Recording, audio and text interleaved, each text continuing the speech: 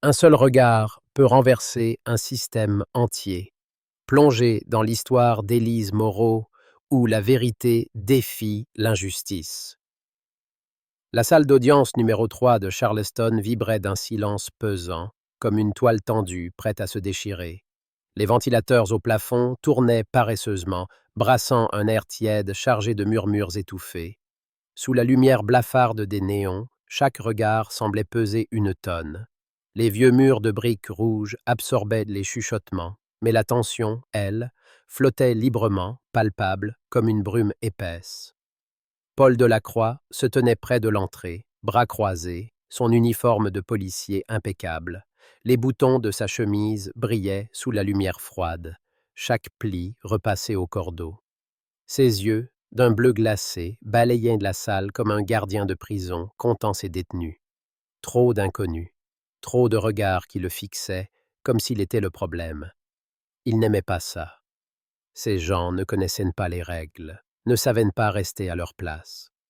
Son regard s'arrêta net sur le premier rang. Une femme noire, Élise Moreau, était assise là, droite, immobile. Sa blouse crème, élégante mais sobre, contrastait avec ses pantalons noirs impeccables. Ses mains reposaient sur ses genoux, croisées avec une dignité presque insolente. Pas de téléphone, pas de carnet, pas de badge de presse. Juste ses yeux, fixés sur le banc du juge, comme si elle connaissait chaque fissure du bois. Elle n'était pas d'ici, ça se voyait. Paul plissa les yeux. Cette posture, ce calme, cette assurance, tout en elle le hérissait. Elle n'avait pas l'air d'une spectatrice ordinaire. Elle semblait juger la salle entière, comme si c'était elle qui tenait le marteau du juge. Derrière elle, une vieille dame murmura à sa voisine. « On dirait… » Mais sa phrase s'évanouit, comme avalée par l'air lourd. Paul inspira profondément, ajusta sa ceinture. Sa main frôla son arme de service, un geste machinal presque réconfortant. « Ne commencez rien, marmonna-t-il dans sa tête. Je ne suis pas là pour jouer les héros des droits civiques. Un jeune officier, Julien Berger, s'approcha, hésitant. Ses joues encore juvéniles trahissaient ses 2 ans à peine dans la police.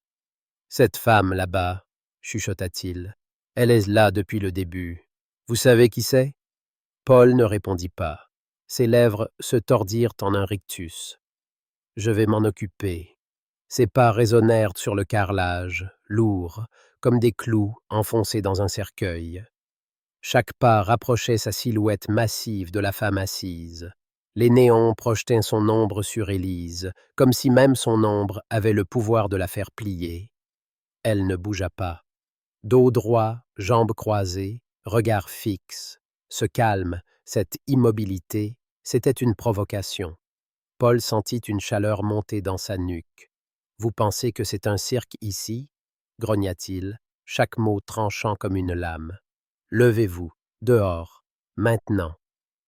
Des hoquets étouffés jaillirent dans la salle. Une femme âgée serra la main de sa fille. Une étudiante en droit, Clara, referma son carnet d'un coup sec. La tension s'épaissit, comme un orage prêt à éclater. Élise ne bougea pas. Elle inclina légèrement la tête, pas en défi, mais comme si elle écoutait. Écoutait la colère qui bouillonnait sous la voix de Paul, cet besoin maladif de dominer. Elle ne répondit pas. Elle n'avait pas besoin de parler. Paul se figea. Une fraction de seconde. Quelque chose clochait. Ce silence, ce regard, ce n'était pas de la peur. C'était autre chose. Quelque chose qui le mettait à nu, comme si la proie qu'il traquait le regardait en retour. Il jeta un coup d'œil à Julien, qui le fixait, mal à l'aise. « Attendez, Paul, je crois qu'elle… » « Tais-toi, » coupa Paul. La tension battait dans ses tempes. Peu importe qui elle était, il était la loi. Personne ne s'asseyait là sans badge, sans raison. Et pourtant, elle était là, assise, comme si elle attendait une médaille. Paul s'avança encore. « Vous m'entendez ? Je vous ordonne de quitter cette salle, ou je vous fais sortir de force. » Élise tourna lentement la tête. Ses yeux rencontrèrent les siens, calmes, inébranlables, sans peur.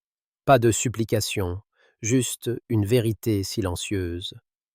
Paul habitué aux ordres incontestés, ne vit rien. Il ne vit pas qu'il s'enfonçait, pas à pas, dans un piège qu'il avait lui-même tendu. Sans attendre, il saisit le bras d'Élise d'une poigne brutale, comme s'il arrachait une tache du marbre immaculé de la salle. Le geste fut si soudain qu'Élise vacilla, son corps tiré en avant. Ses talons glissèrent légèrement sur le sol, un crissement discret mais perçant. Un cri déchira l'air. « Mais qu'est-ce que vous faites, bon sang ?» Une femme blanche, Camille Laurent, une journaliste locale, bondit de son siège, les yeux écarquillés. Des têtes se tournèrent, des mains cherchèrent des téléphones. L'un d'eux glissa des doigts d'un spectateur, claquant contre le carrelage comme un coup de marteau. Élise ne résista pas. Elle ne cria pas, ne se débattit pas. Son corps se redressa, ses talons reprenant appui, avec une lenteur presque irréelle. Ses yeux restèrent rivés sur Paul, non pas avec colère, mais avec une sérénité terrifiante, comme si elle observait une machine se détruire elle-même. Paul évita son regard. Il serra son poignet plus fort, comme si elle n'était qu'un objet à éliminer. Dans sa tête, des phrases familières tournaient en boucle. Non conforme, résistance, sécurité de la salle. Des mots qu'il avait toujours utilisés pour justifier, excuser, effacer. Julien s'avança, la voix tremblante. « Paul, arrêtez, lâchez-la. » Mais Paul l'ignora. Sa main se resserra, comme si son autorité s'évanouirait s'il relâchait sa prise. Dans le troisième rang, une jeune femme, Aïssa Traoré, ancienne victime des méthodes de Paul, serra les poings. Elle murmura à son voisin. « C'est encore lui, toujours lui. » À l'arrière, un avocat respecté, maître Dubois, se leva, son costume gris impeccablement coupé, contrastant avec la fureur dans ses yeux. « Officier de la Croix, lança-t-il, sa voix résonnant comme un coup de tonnerre, vous venez de violer les droits d'une citoyenne sous mes yeux. Relâchez-la immédiatement. » Paul tourna la tête, un instant déstabilisé. Dubois n'était pas n'importe qui, ses plaidoiries avaient déjà fait tomber des officiers corrompus. Mais Paul, aveuglé par sa rage, ne recula pas. « Asseyez-vous, maître, ou vous sortez aussi. » Un murmure parcourut la salle, un mélange de choc et d'indignation. Camille, discrètement, sortit son téléphone et commença à filmer, son pouls battant à tout rompre. Elle savait que ce qu'elle capturait allait changer quelque chose, même si elle ignorait encore quoi. Élise, toujours silencieuse, ne montrait ni peur ni douleur. Son regard, fixé sur Paul, semblait graver chaque seconde de cet instant dans une mémoire indélébile. Elle savait ce qu'il ignorait, chaque pas qu'il faisait le rapprochait d'un précipice. Soudain, le marteau du juge claqua, 3 fois, comme des coups de hache fendant le silence. « Assez !» tonna le juge, un homme d'âge mûr dont la robe noire semblait absorber la lumière. « Arrêtez immédiatement !» Paul sursauta, son souffle se bloqua. Sa main, toujours sur le poignet d'Élise, se crispa par réflexe, comme s'il craignait qu'en la lâchant, il admette sa faute. Mais son corps entier se glaça. Quelque chose n'allait pas. Les regards dans la salle, trop nombreux, n'exprimaient plus de peur. Ils attendaient. Le juge se leva, sa voix basse, mais tranchante comme une lame. « Officier de la Croix, vous venez d'user de la force sur la plus haute autorité du département de police de Charleston. » Un silence absolu tomba sur la salle, si lourd qu'il semblait écraser les murs. Paul se raidit. Ses yeux clignèrent, comme s'il espérait que les mots s'effacent. « Qui est-elle » balbutia-t-il, sa voix brisée pour la première fois. Le juge tourna son regard vers la foule, puis revint sur Paul, sa voix désormais aussi froide que l'acier. « Permettez-moi de vous présenter Madame Élise Moreau, la nouvelle chef de police de Charleston, officiellement investie hier par le maire. » La salle explosa en un choc muet. Chaque souffle fut aspiré dans un hoquet collectif. Paul lâcha le bras d'Élise, non par respect, mais parce que la peur, pour la première fois, lui frôla la nuque. Sa main recula, comme s'il avait touché une flamme. Élise se redressa, sans se frotter le bras, sans chercher l'approbation de la foule. Elle regarda Paul, un regard ferme, sans vengeance, mais inoubliable. C'était le regard de quelqu'un qui comprenait que la faute n'était pas seulement celle d'un homme, mais d'un système entier qui l'avait laissé croire qu'il était la loi. Les déclics des appareils photo emplirent l'air, comme des lames capturant un moment qu'ils ne pourraient jamais effacer. Camille, le cœur battant, envoya la vidéo à son rédacteur en chef, les doigts tremblants. Julien, pétrifié, baissa les yeux, incapable de croiser ceux de Paul. Aïssa, elle, murmura « Il est fini ». Mais Paul restait immobile, son visage passant de la fureur au vide. La salle, morte de silence, n'entendait plus que le bourdonnement des ventilateurs. Aucun murmure, aucun chuchotement. Même le vent sifflant à travers les fissures semblait s'être tu. Le nom d'Élise Moreau, tout juste prononcé, figea la salle dans une prise de conscience tardive. Ce qui venait de se passer n'était pas un simple incident.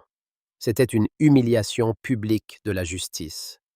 Les regards qui avaient douté d'Élise, les sourcils froncés devant une femme noire sans badge au premier rang, s'abaissèrent, honteux. Certains fixaient le sol, d'autres cherchaient un coupable ailleurs. Mais personne n'osa briser le silence écrasant. Paul, toujours debout, les yeux écarquillés, la mâchoire relâchée, n'était plus la loi. Il n'était qu'un homme avec une main vide, celle qui venait de lâcher le poignet de la femme qu'il ignorait être sa supérieure. Ses collègues, ceux qui lui tapaient sur l'épaule le matin même, évitaient son regard, craignant d'être entraînés dans l'abîme qu'il venait de creuser. Élise, elle, était différente. Pas de colère, pas de triomphe. Elle ajusta son col, lissa sa blouse, comme si elle sortait d'une réunion stratégique. Chaque geste était calme, maîtrisé, comme si le monde n'attendait pas sa réaction, mais devait se confronter à sa propre conduite envers elle. « Voici le vrai visage de ce système, n'est-ce pas ?» dit-elle, les yeux fixés sur Paul. Elle ne haussa pas la voix, mais chaque mot pesait comme une sentence. Pas de masque, pas d'excuse, il vient de s'exposer devant les caméras, sans que personne n'ait besoin de le pousser. Elle se tourna. Ses pas résonnèrent sur le carrelage, ni rapide, ni lent, comme un compte à rebours vers quelque chose d'inéluctable. Chaque pas ne l'éloignait pas seulement de la salle. Il traînait tout le département de police de Charleston dans un face-à-face avec la vérité.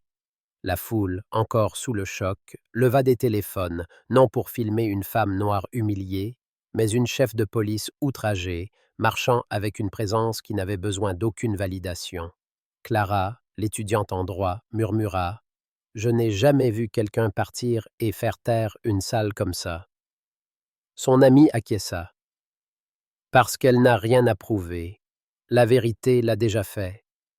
Alors qu'Élise passait devant les rangs, personne ne l'arrêta. Personne n'osa croiser son regard. Les mêmes yeux qui l'avaient jugé, les fronts plissés devant une femme sans badge, s'abaissèrent comme de l'encre renversée, impossible à effacer. Elle n'avait besoin ni de sécurité, ni d'escorte, ni de micro pour se défendre. Son silence était devenu le son le plus fort de la salle, frappant chaque poitrine, exposant chacun à la frontière entre le juste et l'injuste.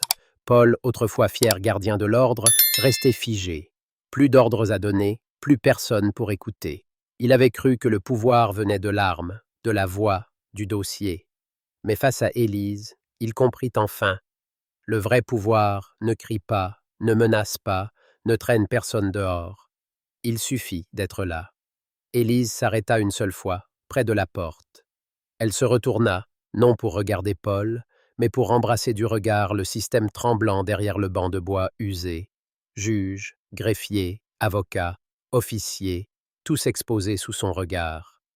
Vous étiez tous là, semblaient dire ses yeux. Vous avez tout vu et vous n'avez rien fait. Personne n'entendit ces mots, car elle ne les prononça pas, mais son regard les grava dans chaque mémoire, puis elle tourna les talons, sortit. La lumière du dehors inonda son dos, comme une confirmation. Quelque chose venait de changer, pour de bon. La porte se referma avec un clic doux, mais dans l'esprit de ceux qui restaient, ce fut un coup de tonnerre. La foule recommença à respirer, mais ce n'était pas du soulagement. C'était la honte, la prise de conscience d'un silence trop long. Un homme d'âge mûr essuya la sueur de son front. Clara, l'étudiante, serra son stylo, incapable d'écrire. Camille pleura doucement, non de douleur, mais d'un effondrement intérieur. L'image de la justice, qu'elle croyait inébranlable, venait de se fissurer. Paul, toujours immobile, le visage blême, projetait une ombre qui ne cachait plus rien.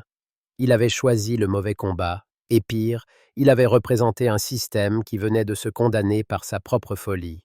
Dehors, la nouvelle se répandait comme un éclair. Une jeune femme accourut, essoufflée, demandant « C'était elle ?» La nouvelle chef, traînée dehors en plein tribunal. Un homme secoua la tête, sa voix lente. « Non, elle est sortie seule, la tête haute.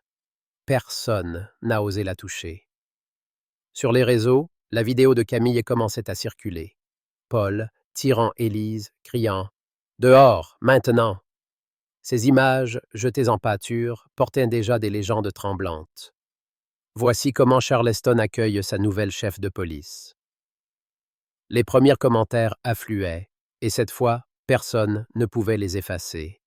Dans un coin de la salle, Aïssa Traoré, les yeux brillants, murmura à nouveau « Il est fini, mais ce n'est que le début. » Elle repensait à son propre passé, à une nuit où Paul l'avait menacée, à un rapport enterré, à une justice qu'on lui avait refusée. Elle serra son sac contre elle, comme pour protéger une vérité qu'elle n'avait pas encore osé dire. Julien, lui, quitta la salle discrètement, le cœur lourd. Il repensait à toutes les fois où il avait vu Paul agir, où il avait détourné les yeux. Ce jour-là, quelque chose en lui se brisa, pas encore assez pour parler, mais assez pour commencer à écouter. Camille, dehors, reçut un appel de son rédacteur en chef. « Publie tout, dit-il. Charleston doit savoir. » Et Élise, marchant sous le soleil pâle, ne se retourna pas. Dans sa poche, elle sentit le poids d'un vieux stylo-plume noir, celui que son père lui avait offert avant de mourir, abattu par un policier qui n'avait jamais été jugé. Ce stylo, c'était son encre, son serment. Elle savait que ce qu'elle venait de vivre n'était pas une fin, mais un commencement. Charleston allait devoir se regarder dans le miroir, et elle serait là, tenant ce miroir, jusqu'à ce que la vérité ne puisse plus être ignorée. Le commissariat de Charleston, un bâtiment de pierre grise aux fenêtres étroites, semblait accroupi sous un ciel bas, comme s'il craignait d'être vu. À l'intérieur, l'air était saturé d'une odeur de café froid et de papier jauni. Les néons clignotaient par intermittence, jetant des ombres vacillantes sur les murs où s'entassaient des avis de recherche et des médailles poussiéreuses. Élise Moreau traversa le couloir principal, ses talons claquant sur le linoléum usé, un son net, presque provoquant, dans ce silence oppressant. Chaque pas semblait défier les regards furtifs des officiers, ses coups d'œil en coin, mi-curieux, mi-hostiles. Elle portait un tailleur anthracite, sobre mais taillé, avec une précision qui imposait le respect. Ses cheveux, tressés en un chignon impeccable, ne laissaient rien au hasard. Dans sa main droite, une mallette en cuir noir contenant des dossiers qu'elle avait étudiés toute la nuit. Elle n'avait pas dormi. Pas vraiment. Chaque fois qu'elle fermait les yeux, elle revoyait le visage de Paul Delacroix, sa poigne sur son bras, et derrière lui, une salle entière, figée, muette. Mais ce n'était pas la colère qui la tenait éveillée. C'était une promesse, vieille de 30 ans, faite à un père qu'elle n'avait jamais pu sauver. Dans son bureau, une pièce exiguë au dernier étage, Élise posa sa mallette sur une table encombrée de rapports. Une fenêtre donnait sur la ville, ses toits de tuiles rouges et ses rues bordées de chênes centenaires. Elle s'approcha, toucha le verre froid du bout des doigts. Charleston, si belle en surface, cachait des blessures profondes, des vérités étouffées sous des couches de silence. Elle ouvrit un tiroir, en sortit un stylo-plume noir, celui de son père. Ses initiales, gravées sur le métal, luisaient doucement sous la lumière. « Tu m'as appris à ne jamais baisser les yeux », murmura-t-elle, comme si l'objet pouvait l'entendre. Elle referma le tiroir, prit une profonde inspiration, puis s'assit. Sur son bureau, un dossier portait un nom en lettres capitales. Protocole Miroir. C'était son idée, son arme.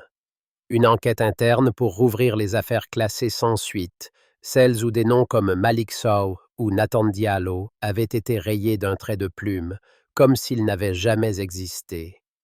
Elle ouvrit le premier dossier.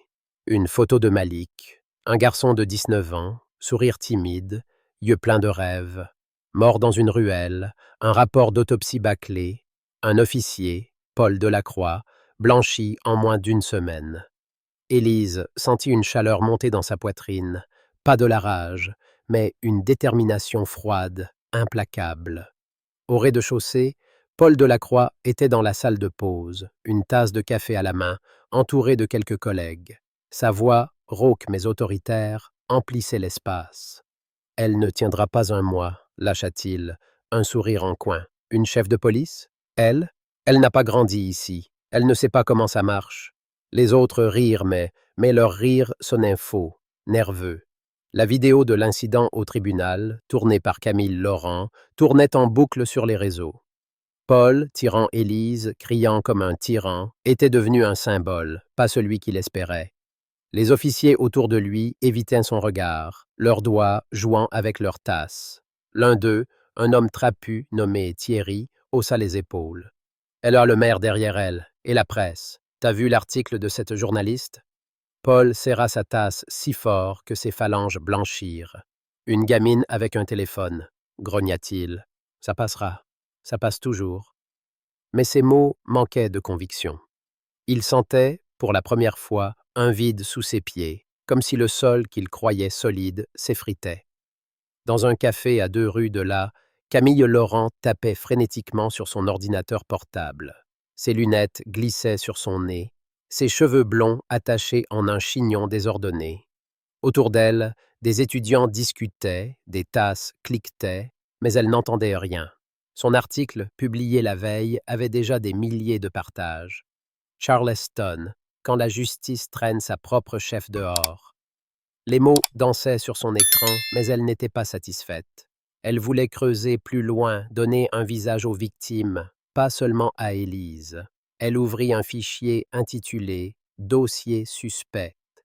Malik Sow, Nathan Diallo, des noms qu'elle avait trouvés dans des archives poussiéreuses, des affaires classées sans enquête sérieuse. Elle nota un troisième nom, Aïssa Traoré, une femme qui avait porté plainte contre Delacroix 2 ans plus tôt, pour intimidation. Le dossier avait disparu, comme par magie. Camille mordilla son stylo, les yeux brillants. « Il y a un fil à tirer », murmura-t-elle. Elle envoya un message à Aïssa, espérant qu'elle accepterait de parler. Au commissariat, Julien Berger, l'officier novice, rangeait des rapports dans une salle d'archives. Ses mains tremblaient légèrement. Il repensait à la salle d'audience, à la façon dont Paul avait saisi Élise, à son propre silence. Il avait voulu parler, arrêter Paul, mais les mots étaient restés coincés dans sa gorge. Depuis, il ne dormait plus. Chaque nuit, il voyait le regard d'Élise, pas accusateur, mais déçu, comme si elle attendait mieux de lui. Julien ouvrit un classeur, ses doigts glissant sur des pages jaunies. Un dossier attira son attention. Nathan Diallo. Une note manuscrite à l'encre bleue disait « Acclore immédiatement. P. Rochefort. Philippe Rochefort, l'ancien chef de Paul, aujourd'hui à la retraite, mais toujours influent. » Julien sentit son pouls s'accélérer. Il prit une photo du document avec son téléphone, le cœur battant. Il ne savait pas encore quoi en faire, mais il savait que ce n'était pas rien. Élise, dans son bureau, reçut un appel du maire. Sa voix était tendue, presque suppliante. « Élise, vous êtes sûre de vouloir lancer ce protocole miroir? Ça va remuer des choses. Des gens puissants ne vont pas aimer. » Elle posa le stylo de son père sur le bureau, le regard fixe. « Monsieur le maire, » répondit-elle, sa voix calme mais ferme. « Si je ne le fais pas, qui le fera ?» Un silence suivit, puis un soupir. « Faites attention. Delacroix n'est pas seul. » Elle raccrocha, ses doigts caressant le stylo. Elle savait que Paul n'était qu'un pion. Derrière lui, il y avait Rochefort, et peut-être d'autres. Une toile d'araignée, tissée dans l'ombre, qu'elle comptait démanteler, fil par fil. Elle ouvrit un autre dossier, celui de Nathan Diallo. Une photo montrait un jeune homme en maillot de basket, riant avec des amis. Mort à 22 ans, prétendument en légitime défense. Élise ferma les yeux. Un instant, une image surgit. Son père, gisant sur un trottoir, du sang sur son manteau. Elle rouvrit les yeux, chassant le souvenir. « Pas cette fois », murmura-t-elle. Le soir, Élise quitta le commissariat à pied. Les rues de Charleston étaient calmes, éclairées par des lampadaires qui projetaient des ombres longues. Elle passa devant un cimetière, s'arrêta. La grille était ouverte, comme une invitation. Elle entra, ses pas crissant sur le gravier. Au fond, sous un chêne, une pierre tombale simple portait le nom de son père. Elle s'agenouilla, posa une main sur la pierre froide. « Je suis là, papa, » dit-elle, la voix brisée pour la première fois. « Je vais le faire. Pour toi. Pour eux tous. » Une brise légère souleva les feuilles, comme une réponse. Elle resta là, immobile, jusqu'à ce que l'obscurité l'enveloppe. Ce moment, seule avec son passé, raffermit sa résolution. Elle se releva, ajusta son manteau. Charleston pouvait attendre un miracle, mais elle n'en était pas un. Elle était une femme avec une mission, et elle ne reculerait pas. Pendant ce temps, Paul Delacroix reçut un appel dans son appartement, une pièce sombre encombrée de trophées de chasse et de bouteilles vides. La voix à l'autre bout était celle de Philippe Rochefort, basse, autoritaire. « Paul, tu as merdé, dit-il. Cette femme est un problème. Il faut la discréditer, vite. » Paul serra le téléphone, ses jointures blanchissant. « Comment? Elle a la presse? Le maire? » Rochefort coupa. « Trouve quelque chose. Un scandale, une rumeur, n'importe quoi. Sinon, on coule tous les deux. » Paul raccrocha, le regard perdu. Il ouvrit une bouteille de whisky, en but une gorgée. L'alcool brûla sa gorge, mais ne chassa pas la peur. Il repensa à Élise, à son regard dans la salle d'audience. Ce n'était pas de la colère, non. C'était pire. C'était une promesse. Dans un gymnase communautaire, une réunion s'improvisait. Des chaises pliantes grinçaient sous le poids des habitants, des mères, des jeunes, tous venus parler de l'incident. Aïssa Traoré, au centre, se leva. Ses mains tremblaient, mais sa voix était claire. « Delacroix m'a menacé, il y a 2 ans, dit-elle. J'avais vu un de ces hommes frapper un gamin. Ils m'ont dit de me taire, sinon je perdrais tout. » Un silence suivit, lourd, brisé seulement par les sanglots d'une femme au fond. Un homme, Malik Sow, se leva à son tour. « Moi, ils m'ont arrêté sans raison, battu, puis relâché. Le rapport disparut. » Les murmures s'amplifièrent, comme un feu prenant dans une forêt sèche. Camille, présente, notait chaque mot, son stylo courant sur le papier. À la fin, Aïssa fixa la foule. « Cette fois, on ne se taira pas avec Élise Moreau. » Des applaudissements éclatèrent, timides d'abord, puis puissants. Camille sentit une larme couler. Elle savait que son prochain article, avec ses témoignages, serait une bombe. Julien, rentré chez lui, fixait la photo du dossier Diallo sur son téléphone. Il hésitait. Parler, c'était trahir ses collègues, son serment. Mais se taire, c'était trahir autre chose, quelque chose de plus grand. Il envoya la photo à Camille, anonymement, avec un message. « Regardez la signature. » Puis il éteignit son téléphone, le cœur battant. Il ne savait pas s'il venait de se condamner ou de se sauver. Le lendemain, l'article de Camille parut. Les fantômes de Charleston, des dossiers enterrés, des vies brisées. Tété, les noms de Malik, Nathan, Aïssa s'étalaient en gros titres. La signature de Rochefort, tirée du dossier de Julien, était là, accablante. Les réseaux s'enflammèrent. Des manifestations s'organisèrent devant le commissariat. Élise, dans son bureau, lut l'article. Un sourire discret effleura ses lèvres. Pas de triomphe, juste une confirmation. Le protocole miroir prenait vie, mais elle savait que la riposte viendrait, rapide, vicieuse. Elle posa le journal, prit le stylo de son père. « On continue », murmura-t-elle. Dehors, les cris de la foule montaient, comme un chant, un appel. Charleston se réveillait, et avec elle, les voix qu'on avait trop longtemps forcées au silence. La salle d'audience numéro 3 de Charleston, autrefois théâtre de l'humiliation d'Élise Moreau, était méconnaissable. Une lumière crue tombait des hautes fenêtres, révélant chaque fissure du bois verni, chaque éraflure sur les bancs usés. L'air vibrait d'une tension nouvelle, non plus celle du silence oppressant, mais celle d'une attente fiévreuse, comme un ciel avant l'orage. Les spectateurs, entassés sur les bancs, chuchotaient, leurs voix formant un bourdonnement continu. Des journalistes griffonnaient frénétiquement, des caméras clignotaient, capturant chaque instant. Au centre, Paul Delacroix se tenait seul, son uniforme remplacé par un costume gris mal ajusté. Ses mains, jadis sûres, tremblaient légèrement sur la table de la défense. Son regard, autrefois glacial, fuyait les visages dans la salle, cherchant un appui, un allié, mais ne trouvant que des yeux accusateurs. À quelques mètres, Élise Moreau, en tailleur noir impeccable, était assise au premier rang. Son calme, sa posture droite, n'avaient rien perdu de leur force. Elle ne regardait pas Paul. Ses yeux étaient fixés sur le juge, comme si elle voyait au-delà, vers une justice qu'elle avait juré de ramener.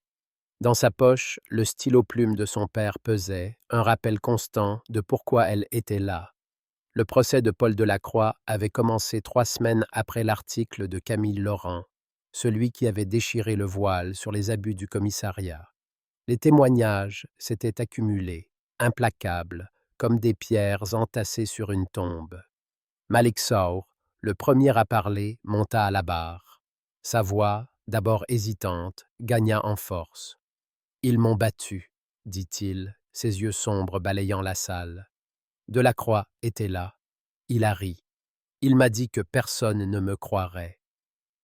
Un silence suivit, si lourd que même les ventilateurs semblaient s'être tus. Une femme au fond de la salle, sa mère, étouffa un sanglot. Malik ne baissa pas les yeux. Il pointa Paul, un geste simple mais dévastateur.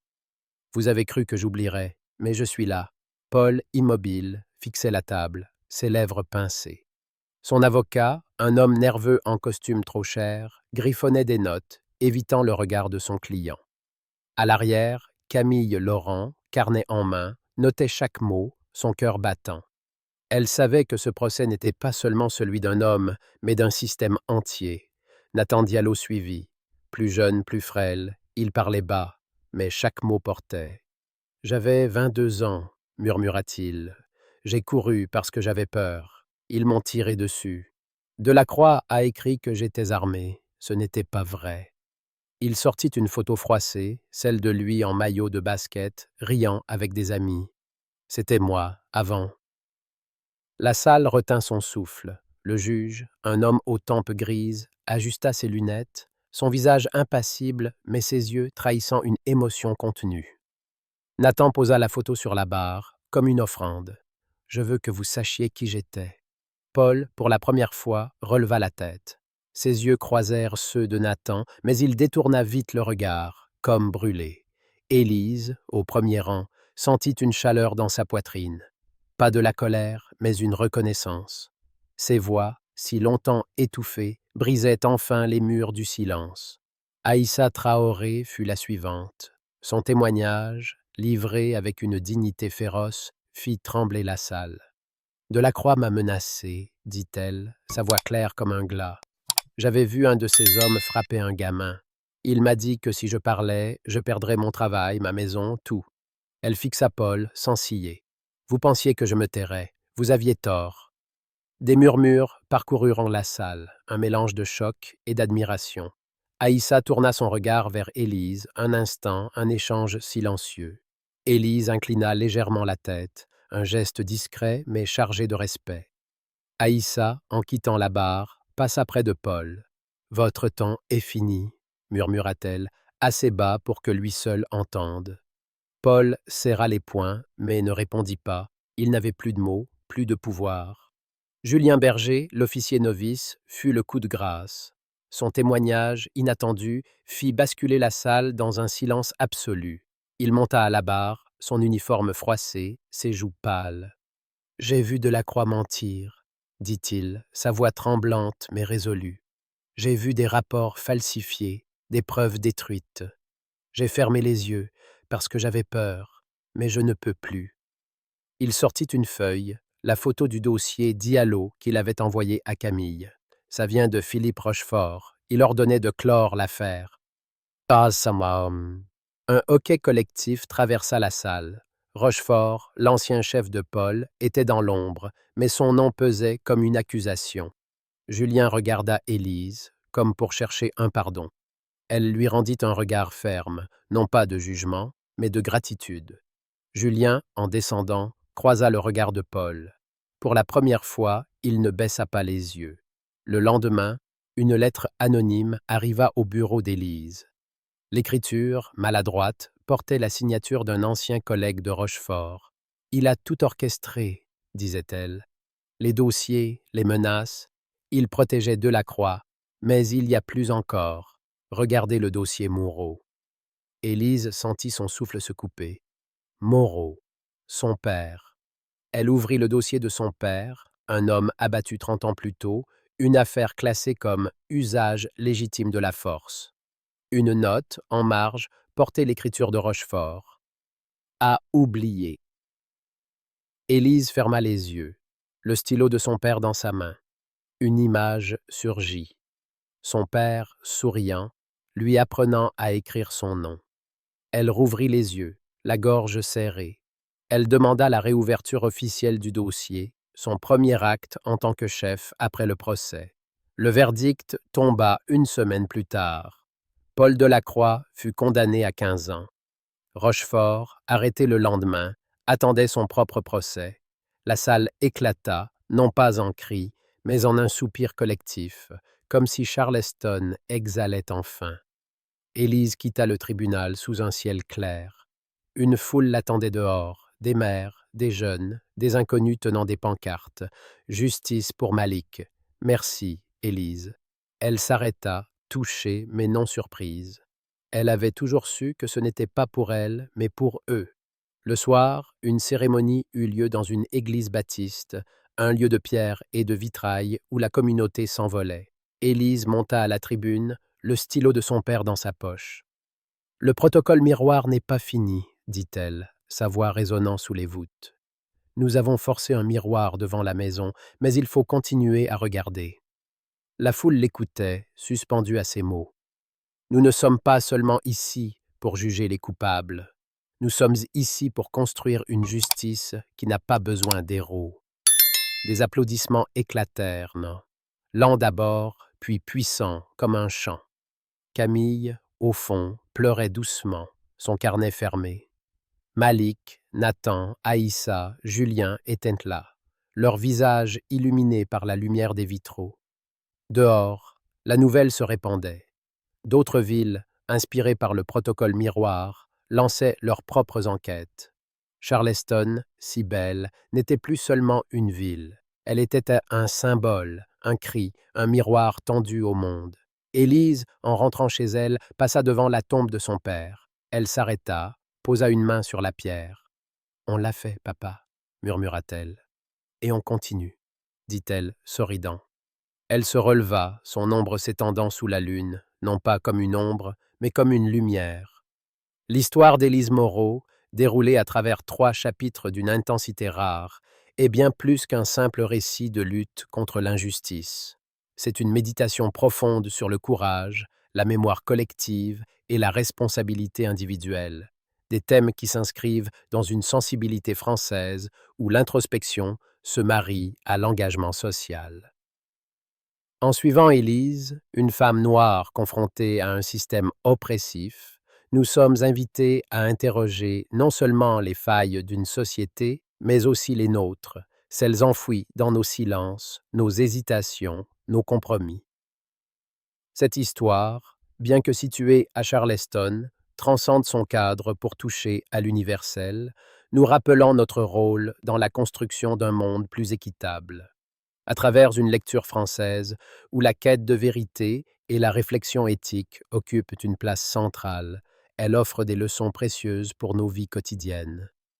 Le premier sentiment qui émerge est une admiration teintée de malaise face à la dignité d'Élise.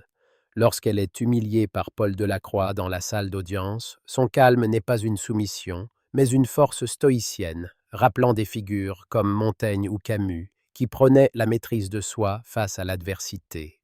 Ce calme, forgé dans la douleur d'une enfant ayant perdu son père sous les coups d'un système défaillant, nous trouble. Il nous renvoie à nos propres moments de silence face à l'injustice. Comme Julien Berger, l'officier novice rongé par la culpabilité, nous reconnaissons ces instants où nous avons détourné le regard, par peur, par commodité ou par conformisme. Dans une France où les débats sur l'égalité raciale, de genre ou sociale sont brûlants, cette leçon est un appel à l'action. Le courage, nous enseigne Élise, n'est pas l'absence de peur, mais la capacité d'agir malgré elle. Cela nous invite à confronter nos préjugés, à écouter les voix marginalisées, qu'il s'agisse d'un collègue discriminé, d'un voisin marginalisé ou d'une cause ignorée, et à oser parler, même lorsque la majorité se tait. Un deuxième enseignement est la puissance de la solidarité collective. Élise ne triomphe pas seule. Les témoignages de Malik Sow, Nathan Diallo, Aïssa Traoré et même le revirement de Julien tissent un réseau de voix qui brisent le silence. Cette dynamique évoque l'esprit républicain français, où la justice et la liberté se construisent ensemble, comme lors des grands mouvements sociaux, de la résistance aux manifestations pour le climat. Camille Laurent, avec ses articles, amplifie ces voix, montrant que chaque contribution, même modeste, compte. Appliquée à nos vies, cette leçon nous pousse à valoriser l'engagement communautaire. Participer à une association, soutenir une cause locale, partager un article ou écouter un témoignage sont des actes concrets. En France, où la société civile est vibrante, cela nous rappelle que le changement ne naît pas de l'isolement, mais d'une chaîne d'efforts collectifs. Nous devons, comme Élise, tendre un miroir à notre entourage, non pour juger, mais pour inviter à une réflexion partagée et à une action commune. L'histoire met également en lumière l'importance de la mémoire et de la justice rétrospective. En rouvrant le dossier de son père, Élise ne cherche pas seulement à guérir une blessure personnelle, mais à rétablir une vérité collective. Cette démarche résonne avec la pensée de Simone de Beauvoir, qui insistait sur la responsabilité de chacun dans la transformation du monde. Dans une France confrontée à son passé colonial, aux inégalités sociales et aux violences systémiques, cette leçon est cruciale. Elle nous invite à ne pas fuir l'histoire, mais à l'affronter avec honnêteté. Cela peut se traduire par un effort pour comprendre les injustices passées. Qu'il s'agisse de discrimination raciale, de genre ou économique, et par un engagement à ne pas reproduire ces schémas. Dans nos vies, cela signifie reconnaître les privilèges dont nous bénéficions, apprendre des erreurs collectives et œuvrer pour une société plus inclusive, que ce soit par l'éducation, le dialogue ou des actions concrètes. Enfin, la persévérance d'Élise face à un système résistant est une source d'inspiration profonde. Le protocole miroir, long et semé d'obstacles, illustre que le changement est un processus patient, souvent ingrat. Cette patience, cette foi en un avenir meilleur, rappelle l'humanisme français où l'espoir se conjugue avec l'action. Dans nos vies, cela nous encourage à ne pas céder au découragement, que ce soit dans des luttes personnelles, comme surmonter un échec, défendre une cause ou éduquer les générations futures, ou collectives, comme les combats pour l'écologie ou l'égalité. Élise, en visitant la tombe de son père, nous montre que chaque pas, même douloureux, est une victoire sur l'oubli et le désespoir. En France, où les défis globaux exigent des efforts soutenus, cette leçon nous pousse à persévérer, à voir chaque action comme une graine plantée pour un avenir plus juste. Ces leçons, courage, solidarité, mémoire et persévérance, ne sont pas abstraites. Elles s'appliquent dans nos choix quotidiens. Dire non à une remarque discriminatoire, soutenir un projet communautaire, lire sur l'histoire des oppressions ou continuer à défendre une cause malgré les obstacles sont des façons de vivre l'héritage d'Élise. La culture française, avec sa tradition de débat et d'engagement, nous offre un terreau fertile pour ces actions.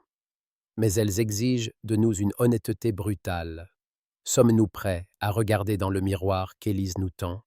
Sommes-nous prêts à agir, non pas comme des héros, mais comme des citoyens responsables? En conclusion, l'histoire d'Élise Moreau est un manifeste vibrant pour une vie engagée. Elle nous appelle à questionner nos silences, à tisser des liens de solidarité, à honorer la mémoire des injustices et à persévérer pour un monde meilleur. Dans une France riche de réflexion et d'action, ces valeurs nous guident vers une société plus équitable. Si ce récit vous a touché, passez à l'action dès maintenant. Cliquez sur J'aime. Partagez cette vidéo pour amplifier ses voix. Abonnez-vous pour ne rien manquer et laissez un commentaire pour partager vos réflexions ou vos engagements. Ensemble, comme Élise et sa communauté, faisons résonner la vérité et construisons. Ces leçons, courage, solidarité, mémoire et persévérance, ne sont pas abstraites. Elles s'appliquent dans nos choix quotidiens. Dire non à une remarque discriminatoire, soutenir un projet communautaire, lire sur l'histoire des oppressions ou continuer à défendre une cause malgré les obstacles sont des façons de vivre l'héritage d'Élise. La culture française, avec sa tradition de débat et d'engagement, nous offre un terreau fertile pour ces actions. Mais elles exigent de nous une honnêteté brutale. Sommes-nous prêts à regarder dans le miroir qu'Élise nous tend? Sommes-nous prêts à agir, non pas comme des héros, mais comme des citoyens responsables? Un autre enseignement clé de l'histoire d'Élise est son humilité, une valeur profondément française où l'individu agit pour le collectif sans chercher la gloire. Élise lutte pour la justice, non pour la reconnaissance, nous montrant que la vraie force réside dans la constance, pas dans l'éclat. Cette humilité nous invite à reconnaître nos limites, à apprendre des autres, à dialoguer sans ego. En France, où les rivalités peuvent freiner les causes communes, cela nous pousse à travailler modestement, ensemble. Élise appuie sur Malik, Aïssa et même Julien, prouvant que le succès est partagé. Cela nous encourage à amplifier les voix invisibles, à construire des ponts là où des murs se dressent, que ce soit dans nos quartiers, nos écoles ou nos réseaux. En valorisant les récits des autres, comme Camille avec ses articles, nous devenons acteurs d'un changement collectif, un idéal au cœur de l'esprit républicain français. En conclusion, l'histoire d'Élise Moreau est un manifeste vibrant pour une vie engagée. Elle nous appelle à questionner nos silences, à tisser des liens de solidarité, à honorer la mémoire des injustices et à persévérer pour un monde meilleur. Dans une France riche de réflexion et d'action, ces valeurs nous guident vers une société plus équitable. Si ce récit vous a touché, passez à l'action dès maintenant. Cliquez sur J'aime. Partagez cette vidéo pour amplifier ses voix, abonnez-vous pour ne rien manquer et laissez un commentaire pour partager vos réflexions ou vos engagements. Ensemble, comme Élise et sa communauté, faisons résonner la vérité et construisons pas à pas un avenir digne de nos espoirs.